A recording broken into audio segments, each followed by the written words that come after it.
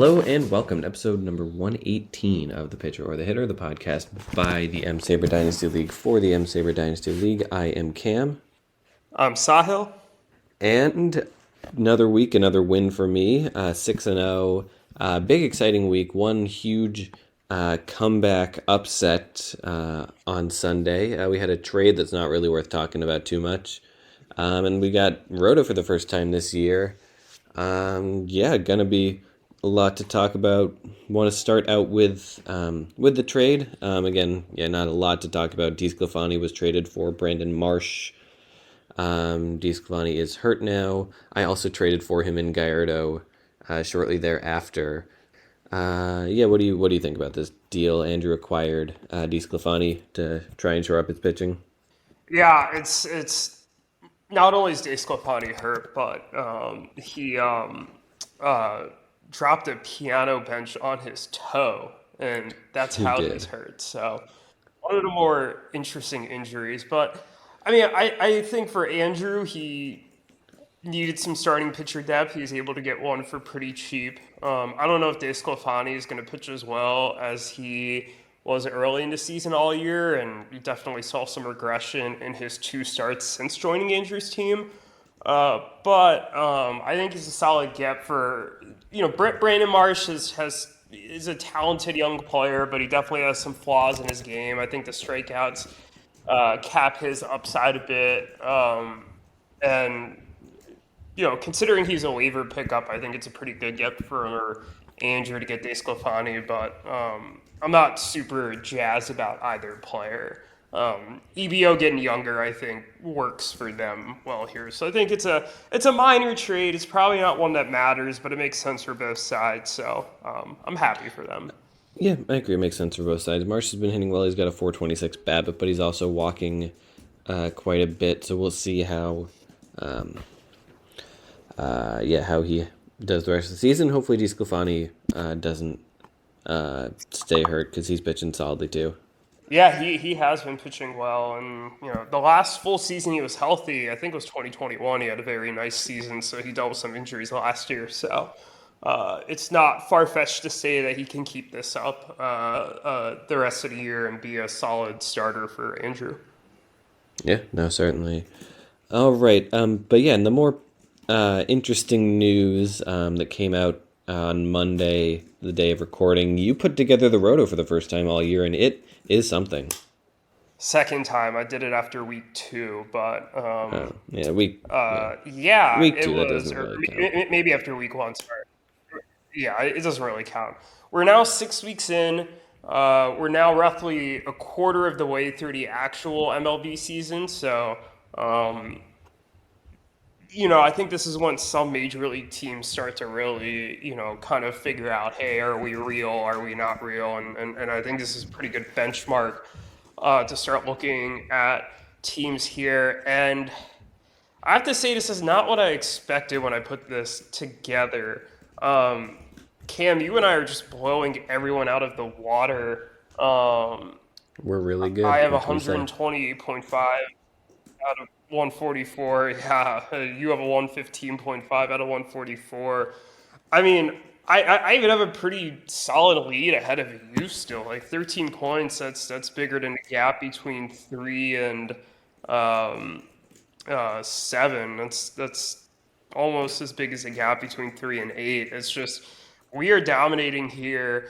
And then there's this clump in the middle that I want to talk about. It's Erik at 3, Jake at 4, Conor at 5, Ruthvik at 6, and Andrew at 7 are all separated between 8.5 points. I have to say, I did expect Erik and Jake to be in the top 4, but I did expect you and me to be closer to them as opposed to Conor, Ruthvik, and Andrew kind of nipping at their heels. What are your thoughts about that group? I'm actually not that surprised. I know, just kind of looking at the stats, the two of us have been head and shoulders above the rest of the league.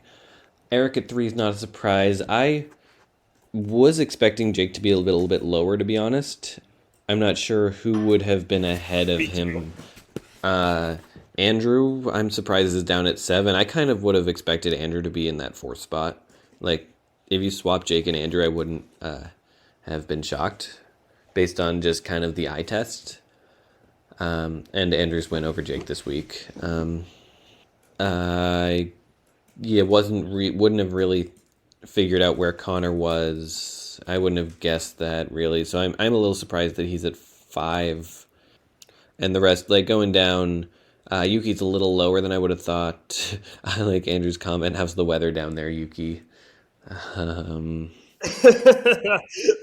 That was a that's great comment. That was elite.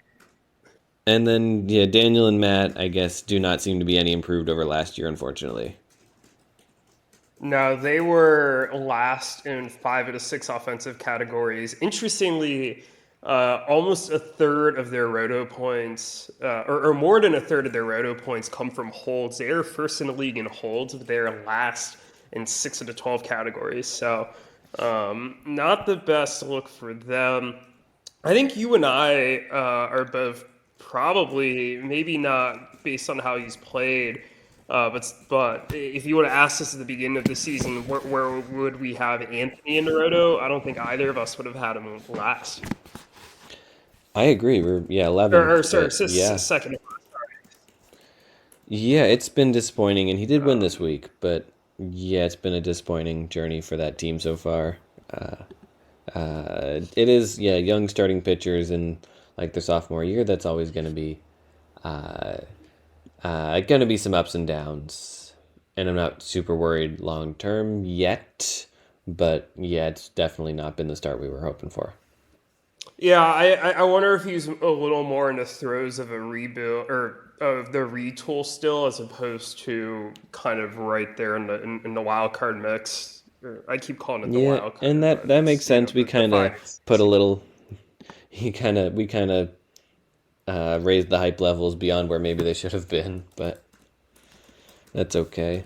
Yeah, I think I'll let you give me a little hype on him, but yeah, it's okay. I feel like we do it on one team each year. I feel like Yeah, no, I'm it's just always kind the of how it guy who goes. likes Anthony's team more than anyone else does, and you're always the guy who likes Alex's team more than anyone else, and that's kind of how it is. They're 1-5, but they're eighth. They're ahead of EBO. They're ahead of Yuki. That's kind of a shocker. I wouldn't say that because if you're looking at the way that this team has pitched over the last month, like granted, I do think there's some work that needs to be done offensively, and they are still using a couple of their major league spots on prospects. So there's definitely still in the midst of the rebuild, but I think there's a lot of great things that individual performances that have come from this roster this year, and while it's not necessarily showing up in the record right now. If I'm Alex, I'm pretty happy with the way the team has performed. And actually, he would have beaten Jake this past week. Like he had a very good week. He gave me some trouble. So good for them. I'm not surprised to see them at 8, Yeah, based off the way they've been playing recently. fair enough. Yeah, any last thoughts though about this hypothetical roto before we get into any real matchups? Yeah, I'm really annoyed that I am 4-2, but just blowing away everyone in the roto. That really annoys me. Well, it happens. And also, yeah, I'm also I posted this stat earlier about you have faced the 6, 7, 8, 9, 10, and 12 teams in the roto coming into this week. And you finally get to play a top 5 team in Naruto. You played Jake, who's at 4 this week, so I'm curious to see how it goes. Not that your team has not been deserving of its start. It's you have been also dominating, but I'm curious to see how you play against some tougher competition. Yeah, no, I get it, and I have played easy teams, but hey, it you got to beat who's in front of you. We all play these teams eventually, and it's good to bank wins when you can, because you can't always. You're not gonna beat the teams worse than you every time, but I've been able to, and that's uh, not always a given. Exactly. Yeah, I think you summed it up nicely. But anything else, or would you like to dive into the matchups? I'm ready to dive in, and I am ready to talk about the matchup that we were all talking about Sunday night. Andrew with the comeback victory. Adolis Garcia hit a grand slam on Sunday. He got that 6-5-1 win over Jake to move to 3-3. Jake drops to 4-2. Yeah, his pitchers killed it. Not a good offensive week for either team. Jake scored 29 runs. Both teams pitched solidly, and Andrew just had that 1.88 ERA, 0.896 WHIP, and that was enough to win. Just enough to win. It really looked like Andrew was on life support there after Tony Gonsolin didn't get that quality start. But it's good for Andrew. He pulled it out. He's had a really tough schedule, and some teams seem like have had their best weeks against him. So it's really nice to see him pull out a win and get to 3-3 here, which is going to keep him squarely in the mix for one of those playoff spots. Not that 2-4, especially this early in the season, would have been like a death sentence or anything, but a lot of the teams he's competing with are sitting at 500 right now. So it's nice for him to be able to rack up that win. Yeah, especially against a team that's gonna be towards the top. It's always good to have that game over with and have it be a win. Absolutely. Also, shout out to Andrew for breaking his ERA record. Yeah, no, certainly. As for Jake, did not. Yeah, the offense, like I said, 29 runs. He had a really rough week from Michael Garcia, 1 for 15 in his lineup. Rough week from Kyle Tucker. Looking down, really rough week from Machado. Bobichette wasn't spectacular. And on Andrew's side for the hitting, rough week for Crone. Tommy Edman, 2 for 12 in his lineup. Jorge Mateo, 1 for 18, so he's kind of crashing down. Still fourth in the play rater among shortstops. But yeah, that OBP is back down to 308. As for matchup MVP, though, Andrew had a lot of good pitchers. Gonsolin was good. He would have been matchup MVP if he had finished out that second quality start. I am going to give it, however, to John Gray. Breaking the streak of 12 consecutive first-timers. John Gray has won one before, actually. He pitched 7 innings, 1 earned, and then 8 shutout innings with 13 Ks over 15 innings. 2 tremendous quality starts that really helped that team. Yeah, I know he didn't perform well, so he doesn't really fit into like a criteria for team MVP. But boy, Adolis Garcia after that grand slam, I mean, definitely one of the most clutch performances, if not matchup MVP worthy, with the 259 OBP this week. Yeah, that was his only home run. He only scored one other run, but yeah, he matchup win probability added certainly on that. Yes, that is absolutely. Yeah, so we'll talk about Jake's team here for a second. And this ties in with something else I posted in the chat last night. Jake's team, fourth in the Roto, but it doesn't really seem like they're hitting on all cylinders. If Jake played both of us each week, he would be 0-6, and he would be 3-3 against Erik on the season. So 3-15 on the whole. He has beaten Erik. He has lost to me. He plays you this week. How are you feeling about Jake's team 6 weeks in? And are you concerned seeing some of these numbers, or did you think this was in line with what you thought he would do this season? I mean, I guess realistically he's fourth in the Roto, so you can't complain too much. And sure, there's a big gap between 2 and 3, but I mean he's 4-2 and looking on paper like the fourth best team so far. I guess it's hard to be too disappointed. And sure, we would have thought there was a bigger gap between 4 and the field, and yeah, losing to Andrew could hurt him in the in the long run or over the course of the season. But I can't say that I'm terribly worried. That's fair. I wouldn't say I'm terribly worried, but I also think like your preseason ranking of him at 2 was a bit high, and Yeah, I I do think that's think kind of that gone now.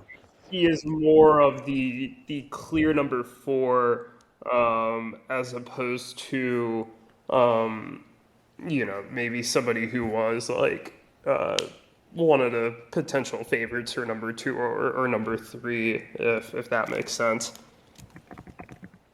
Yeah, no, I think that's fair enough. It's kind of tight in that middle now. We'll see if Jake bounces back over the next couple weeks, though. He does have a talented team. I think you're very right.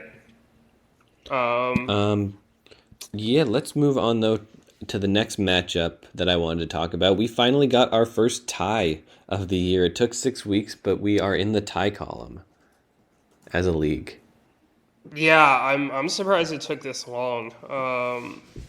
You kind of predicted last week that hey, like if I don't pick a tie of the week, a tie's finally gonna happen, and it did happen.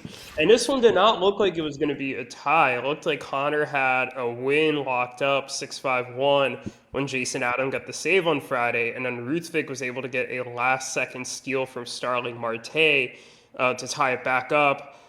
They were kind of the secondary story of that Sunday night Boston St. Louis game, a steal by Paul Goldschmidt, who has shown to be a little bit of a stolen base threat. Would have given Connor a win. Unfortunately for Connor, Goldschmidt did not steal a base. And here we are now with them tying. Yes, 6-6 tie. Very nearly had a the pitcher or the hitter matchup. Connor dominated the hitting categories, and Ruthvik dominated the pitching categories. Uh, Ruthvik just won steals by 1, and Connor won by 2 saves. Yeah, Connor scored 57 runs, 40 RBI. He hit terrifically. Ruthvik, meanwhile, had a 2.38 ERA with 80 strikeouts, 8 quality starts out of 12, so that's pretty good. I guess going down the list of guys, Connor had a great week from Luis Robert. He was his best player all around. Marcus Semien was good. Sal Perez has been hot lately.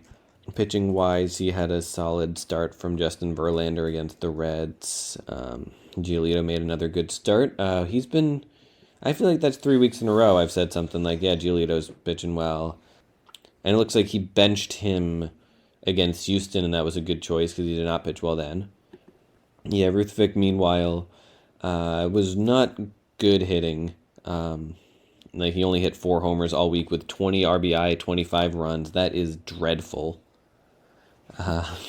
Just, just dreadful. Alex Bregman was pretty rough. Good week for Ronald Acuna. I will say that.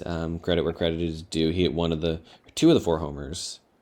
But like Jeff McNeil was bad, and someone named Casey Schmidt went 3 for 12 in Ruthvik's lineup.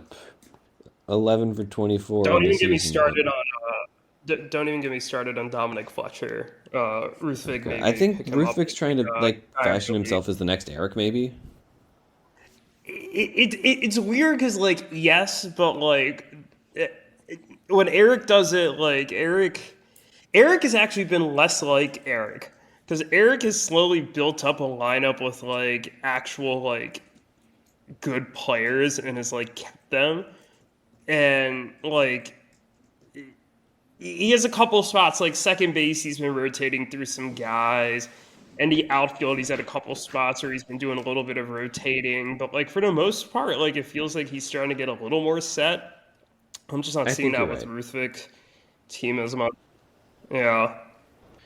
Yeah, Ruthvik did not hit well, but he did pitch tremendously. 2 quality starts from Logan Webb. I think, and I almost wanted to give matchup MVP to Robert, but I think I've got to give it to Mitch Keller for Ruthvik. Man, I God. think the league had kind of written Mitch Keller off. I mean, Ruthvik didn't add him, like the league is in Major League Baseball. Ruthvik didn't add him until March 15th. and he has like been putting together a Cy Young season. And this week he pitched 16 shutout innings with 21 strikeouts to get him 2 quality starts. Like that is Yeah, what? I watched a start against Baltimore yesterday. That was filthy. Yeah, I don't know. I don't know what happened. Maybe it took him 3 years to recover from getting blown up by the Reds in his first career start. The embarrassment of that, and now that that's in his rearview mirror, he can actually pitch like the top prospect he was supposed to be. I mean, shout out to Ruthvik. I will give him credit here because Ruthvik drafted him for us in Gallardo. I caught him early in the season when he got blown up in his first start. But Ruthvik has been on Mitch Keller for a while. So I will say, for as much as I think Ruthvik's trying to be the next Erik who fails, Ruthvik also a lot of times will hyperfixate on certain players and it really pans out. There's a lot of players like that don't pan out, but he's been able to pick up a couple of gems over the years. I'm thinking like James Outman, Mitch Keller, a couple guys like that. So Yeah, no, absolutely. Mitch Keller is a gem, certifiably. Yeah, let's move on though. The other three matchups were not close. Yours was close for some parts of the week. Do you want to talk about that one? yes, let's do it. Yes, let's do it. Sorry, I was misreading. I thought there was another close matchup we forgot to talk about, but yeah, no, none of these were close. I beat Alex 9-3. I shattered my saves record. My previous saves record was 10. I early on Saturday got my 10th and finished Saturday with 12. Unfortunately, didn't get any more on Sunday to break the all-time M-SABR weekly record. I think, and we couldn't confirm this. I don't think either of us had the appetite to add it back or add it up. But I had 26 combined saves, holds, and quality starts. 24. And I think that's a 24. Oh yeah, 24. Sorry, and I think that has to be a single week record or close to it. Yeah, it's got to be close. Like, It, yeah, you don't see 12 saves and also like a high number of quality starts too in a week. right, and then 5 holds is like a pretty solid holds week as well. So yeah, I think it has to be some of the big quality start and saves and holds weeks. I think they're the only big category, but um, in any event, I dominated those pitching categories, narrowly lost ERA, but dominated the other 5 pitching categories. And then hitting wise, all the categories were relatively close. I pulled away a bit in OVP and home runs by the end of the week, but Alex kept it close. And on Friday, he was actually winning for different chunks of Friday. Thankfully for me, I was able to pull it away and avoid a third straight loss. I couldn't tell you the last time I've lost 3 straight in this league. I might not have Probably ever never lost three have. straight in this league, but probably never, which is really crazy to think. But I was able to pull it out 9-3, not from a lack of trying by Alex. I think I mentioned earlier in the podcast, Alex would have won, or he would have beaten Jake if they would have played this week. Alex had a great week. It's just I had a better week. Uh, yeah. Yeah, no, certainly. Alex played great. He got a good week from Nick Prado, who I'm not sure, like, is he DHing or something? Or is he I think getting he's time at playing some first? first when Vinny DHs because Prado's a much better defender at first. And then I know he's played a Okay. little bit of outfield. I don't know if he's still playing a bit in the outfield, but yeah. Yeah, gotcha. He doesn't have eligibility, but yeah. At any rate, yeah, he got a good week from him. Great week from Josh Naylor. Harrison Bader was good. On the pitching side, Logan Gilbert had a quality start. Joe Ryan pitched 6 shutout innings with 10 Ks. Looking over to your team, looks like Matt Chapman's cooling down, but Adley had a good week. Mookie Betts, good week. Castellanos played well. Good week from Suzuki. Good week from Freddie Freeman. Pete Alonso is leading the league in homers, but you know what I'm gonna say next. Your matchup MVP. Take a bow, Christian Yelich. He's Let's back. go. He's back, baby. I was telling Cam earlier, he has about half of his home runs, RBIs, and steals total from last year, but he's only done it in like a fourth of the number of plate appearances slash games. The launch angle's up a little bit. Cam, you saw his Statcast page; it's looking pretty solid. Hitting the ball hard with authority. So I'm not saying we're getting MVP Yelich back, but he's looking better this year, especially in the month of May. So hopefully he keeps this up. Although he did leave today's game early, fingers crossed it's nothing serious. He's not listed as day-to-day hour or anything on ESPN, and I usually list him as that when you take him out of a game early. You know what it probably was? They're down 9-1. They probably just. They probably just pulled him because they were getting blown out. So, but Makes sense. in any event, Yeah, and the season-long go, WRC Plus is only 112, but yeah, he stole 3 bases this week too. Yeah, I think he's, especially because he's been hot in May. I'm on board with the bounce back. yeah, absolutely. He's been great. On the pitching side, too, shout out Zach Gallen has been the top starter on the player rater. This year, he has been absolutely dominant and has been the glue that has held together my rotation with the injuries to Woodruff and Fried and Springs and McCullers and Bradish and Minaya pitching like garbage. And honestly, I'm kind of surprised I'm racking up the quality starts with those guys hurt. So, like I have to say, a week like this makes me feel a little better about my team moving forward. That despite the injuries of some of my better starting pitchers, I'm still capable of putting up some big quality start and strikeout numbers. Absolutely, and I guess the last word I want to say before we move on, you stole 10 bases and lost steals. I don't know if that's ever happened before, and I highly doubt it. I doubt it, but I wonder if that's something that like we're gonna see gaudy steal numbers this year, where teams lose just because lose that category that week just because of the number of steals. But I do feel like steals as a whole are while it's still up from previous years, or down ticking a bit from that like ridiculous pace at the beginning of the year. So it'll be interesting to see how that goes. Yeah, week 1 was definitely a little bit of an outlier, but we'll see where it balances out. Yeah, yeah, Oh, absolutely. Yeah, why don't we dive into another matchup here? neither of these teams played well, but Anthony did have a fairly convincing win over EBO to move both of these teams to 2-4.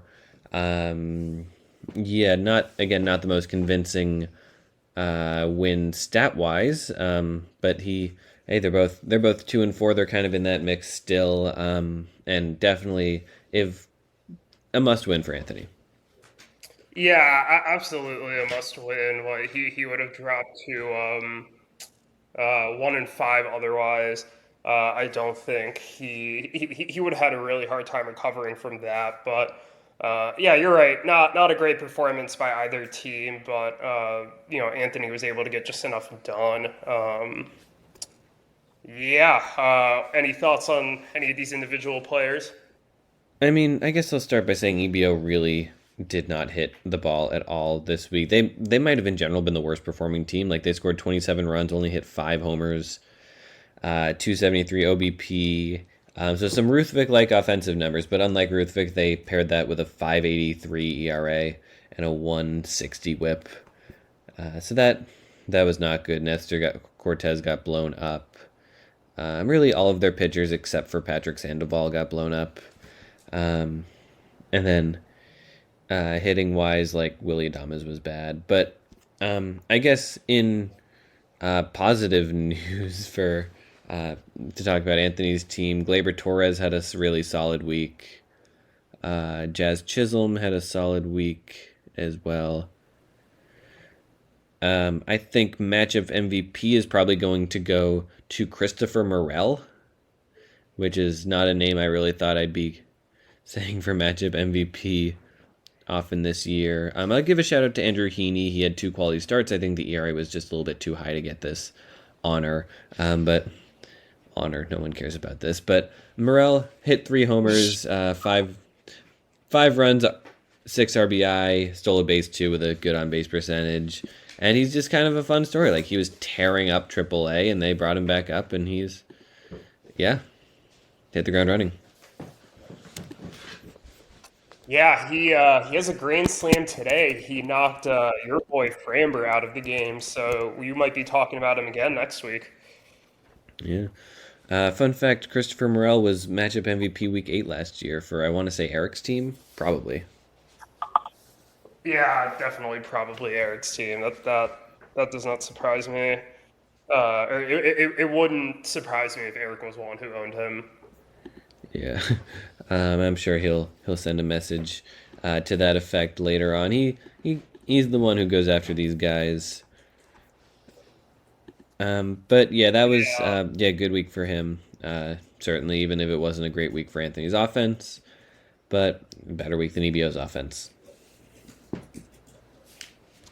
No, absolutely. All right, so 2 more matchups to discuss. Which one do you want to go through next? Let's talk about mine. I'm 6-0. I played great again. I was not hitting for power earlier in the week, but I kind of turned that around to get 14 homers by the end of the week. I also hit a lot of doubles and drove in a lot of runs. I didn't get any saves. I'm worried about my bullpen a little bit, but the 5 holds were good. And I had a sub-3 ERA. I'm just cruising right along. In the last 3 weeks, I haven't been like challenged that much. I don't want to I'm going to knock on wood here, but it's been solid. I'm cruising and I'm playing really well. Yeah, I mean, your team's killing it. Your team's been killing it. I don't really have much more to add. It's just an objective facts here. So good for you. As for Yuki's team, it looked like early in the week he might be able to challenge you a little bit. He was keeping it close on Friday, and then the bottom just fell out, and it did not quite work out for him. But great win for you. Any players in particular you would like to highlight?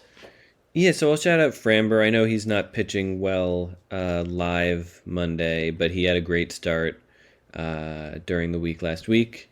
And there are 2 hitters, and I'm not sure I can decide between them. There's Juan Soto, who had a 538 OBP, 5 doubles, stole 2 bases, but he only had 3 runs and 3 RBI. And then there's also Anthony Rizzo, who had a 500 OBP, 3 homers, no steals and only 1 double, but 10 runs, 7 RBI. I guess it's, more power versus doubles and a little better on base percentage. I am going to... let's pick Rizzo. Good for Rizzo. It seems like it seems like every time I look at my phone, I see he hit 2 homers on whatever day of the week the 12th was. Friday. Yeah, Friday. Yeah, every time I look, I'd see a highlight of his. But yeah, I do want to make sure that Soto gets his due as well. Anthony Volpe hit 3 homers and stole 2 bases, but only with a 241 OBP. That's kind of weird. Great week from Judge, great week from Vlad. It's giving me vibes. he's giving me vibes of Bobby Witt Jr.'s rookie season, where like I swear every time I see Volpe like hit, it's like a home run, a double, like three steals in a game, but like he's just not getting on base. And like I think Bobby Witt had a OBP that was like just at 300 or maybe even slightly under last year, but I think he had like a 30-20 or 20-30 season, something like that. And not that Volpe is Witt. I think Witt was a little better prospect, but like that's what it's kind of reminding me of right now. Yeah, that's fair. And the way my team's set up, I could definitely use a lower OBP stolen base guy who can hit for a little power. That's like kind of what I need right now, and I'm glad I have it in Volpe. Yeah, absolutely. Yeah. Other than that, Yuki drops to 3-3. He's definitely um, lower in the roto than I would have thought. He hit fine. He pitched not great. Maybe the worst week an opponent has had all season against me. But that's all right. Um, yeah, that's really all I had to say. Do you want to talk about Eric's matchup? Yeah, I feel like the theme of the week is we talk about the Daniel and Matt matchup last, and neither of us have a ton to say, and I don't have a ton to say. I thought Erik performed pretty well. I think his 13 stolen bases tied his steals record. Um, I could be mistaken about that, but um, the seven quality starts was nice. The 3.10 ERA, 113 WHIP, 81 Ks. A solid pitching week. He did enough with the hitting. I think he steals and the 22 doubles were kind of the standouts there. A little pedestrian in the rest of the hitting categories, but I think overall a very solid week for Erik. He did what he needed to do, and that was beat a very struggling Daniel and Matt, and he advances to 4-2. So right there with me and Jake, all 4-2, all 1-1 against each other, with one loss against another team that we probably shouldn't have lost to. Yeah, and hey, I mean, I'm beating the teams I should beat, and you've all three got a loss against a team you shouldn't have lost to, but I digress.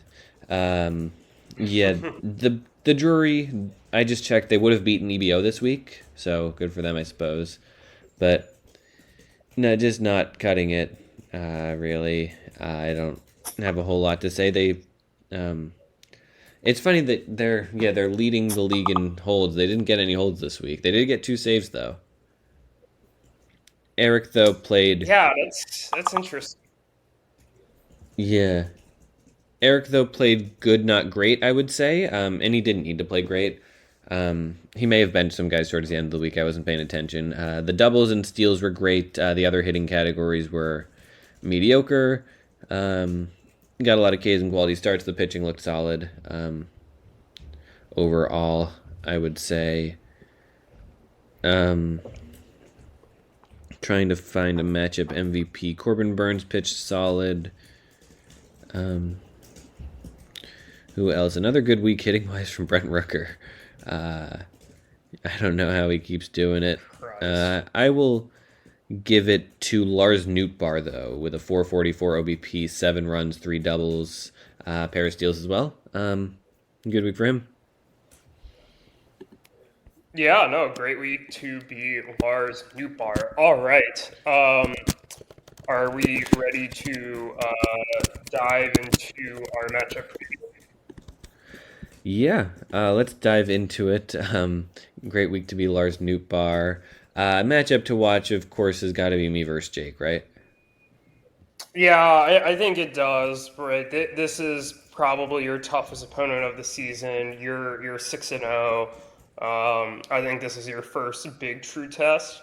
Uh, Whereas Jake is a tough stretch coming up. He gets you, and then he gets Erik the week after. So he will have wrapped up 4 of his 6 matchups against these semis teams within the first 8 weeks. And you know, really important for the tiebreakers here for him to get a win over you and to not fall behind even further.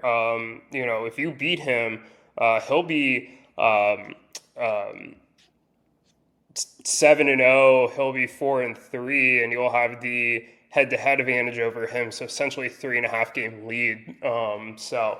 I'm sure that's not something Jake wants to have happen. And hey, this is I don't know how I buried the lead here. This is a rematch of the finals. Um, Yeah, um, that's the big so thing here. that's I feel like the semis matchups the last 2 years have like felt like bigger, more I think you're only saying action-packed that because you matchups. haven't So been in the finals the last 2 years. uh,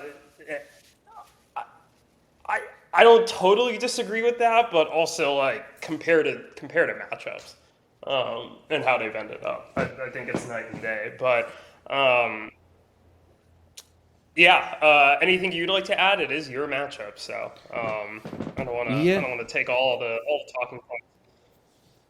no, it's a finals rematch. I will say, if I played Jake every week this year, I would be 6-0, and Jake would be 0-6. So that's definitely something, and that certainly, past performance does not indicate future results. Certainly, I don't want to.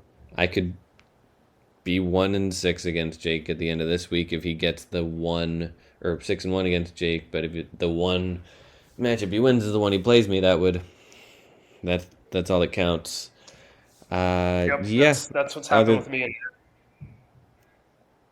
other than that, though, I'm just looking forward to a good matchup. I'm playing him in this and Gallardo, and hopefully I can continue my winning ways in both. yeah, I'm really hoping you're not saying 14-0 next week in the chat. That would be really annoying.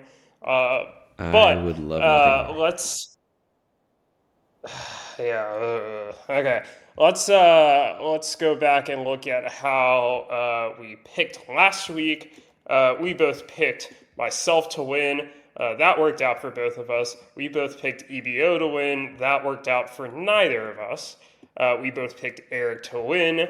Erik won. We both picked Ruthvik to win. They tied. Um, I picked Yuki to win for God knows why, and Yuki lost. Yuki letting me down. I still love you, Yuki. You correctly picked yourself to win. You picked Jake to win. That was wrong. I picked the tie, which like up until the eighth inning was going to come true.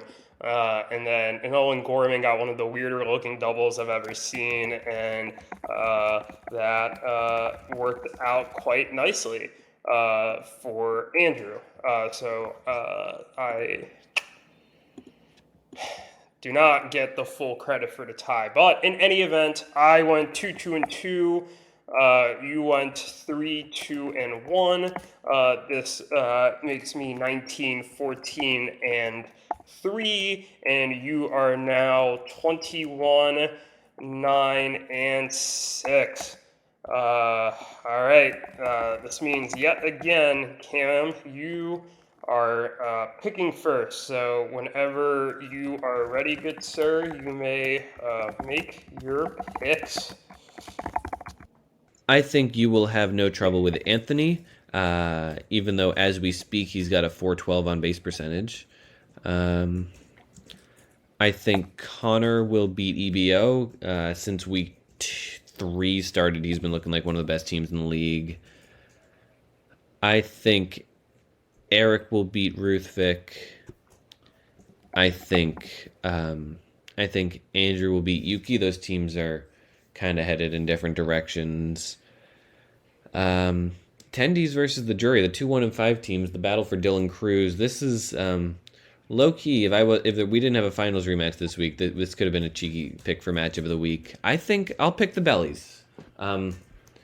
No, I won't. No, I'll pick the Oh, tendies. No, I changed my mind.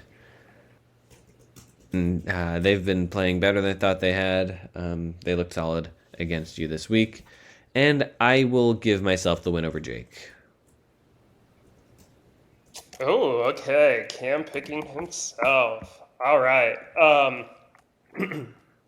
I will be picking myself to beat Anthony. I think you're right. I shouldn't have too many problems with him. I think Conor will beat EBO. I think you're right. Conor's team has been playing really well the last few weeks. I think Erik will beat Ruthvik.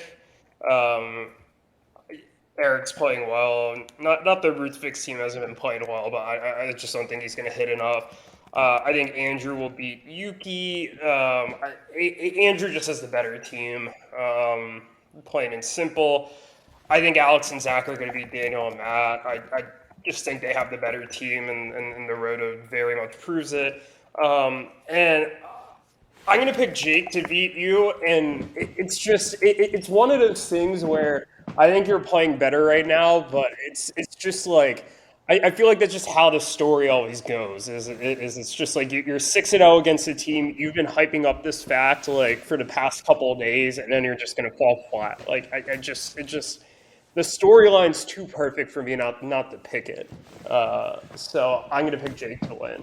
I get it. That happens. And part of the reason I guess I've been talking this up is because, if I lose, it doesn't matter a whole lot. Like, I'd be 6-1 still. I was, expecting to lose one of the first 7 and having it be against a tougher opponent, that's okay. And, I'd still be a game ahead of second. I can afford to lose. Obviously, I would like to win every game, but, I'm just kind of taking the winning streak in stride. Sounds like you're trying to rationalize in case you lose. Um, well, maybe, but you can't win them all. Maybe. Yeah. Fair enough. Fair enough. I'm only poking fun. Side note: did you know Sandy Leone is still in the major leagues? Really, who is he with? He's with the Rangers. He is currently pitching the top of the ninth in a 10 Oh nothing God. game. Uh, that is not something I would have expected to see today. He is 34 years old, Yeah. Well, which feels Sandy young for Leone must Sandy like Leone. Sandy Leone must like Christian, much like Christian Yelich is back. Yeah, there you go. I don't know if I like the idea of those two players being linked together like that, but I think they're linked together.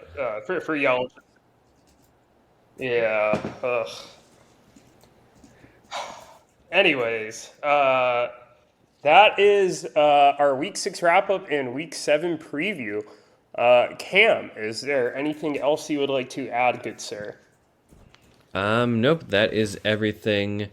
Yeah, we'll see you next week with some overreactions from my matchup with Jake, I am sure.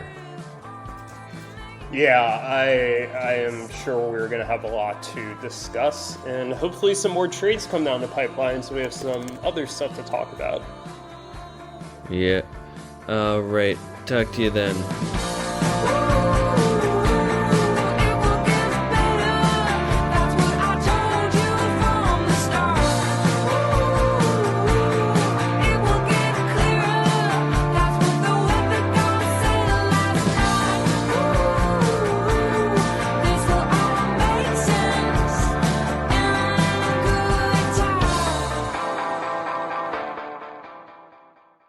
Oh, I think there is a delay. Because I started my sentence and then you kind of continued your sentence for 2 seconds Yeah. before realizing I was in the middle of. Um, Okay, that is. Hold on. Let me quickly just see if there is anything. how about this? I'll say hey, Uh, and then you say hey right back as soon as you hear me say it. okay. Let me get my stopwatch out. Because we got to make this scientific. I love it. Hey. Hey. Wow, 2.8 seconds. Okay, that's an issue. Yeah.